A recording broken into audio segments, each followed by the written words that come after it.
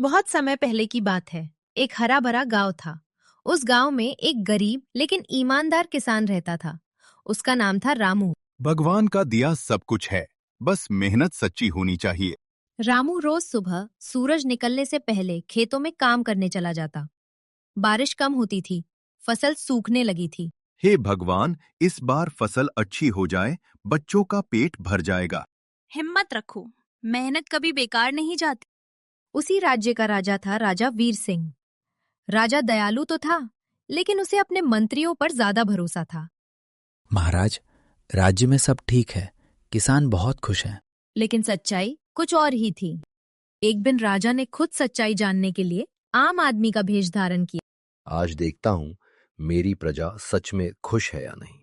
राजा खेत में काम करते रामू से मिलता है। भाई, इतनी मेहनत क्यों करते हो? मजदूरी नहीं करता साहब, अपना खेत है, लेकिन फसल खराब हो रही है। सरकार से कोई मदद नहीं मिलती? मदद का पैसा बीच में ही गायब हो जाता है। राजा जानबूझकर जमीन पर सोने की थैली गिरा देता है। अरे, ये किसी की अमानत है। रख लो, तुम्हारी जरूरत है। गरीब हूँ, बेईमान नहीं। राजा अपनी असली पहचान बताता है। मैं इस राज्य का राजा हूँ। महाराज, गलती हो गई हो तो माफ कर दीजिए। नहीं रामू, तुमने मुझे सच्चा राजा बनने का मतलब सिखाया।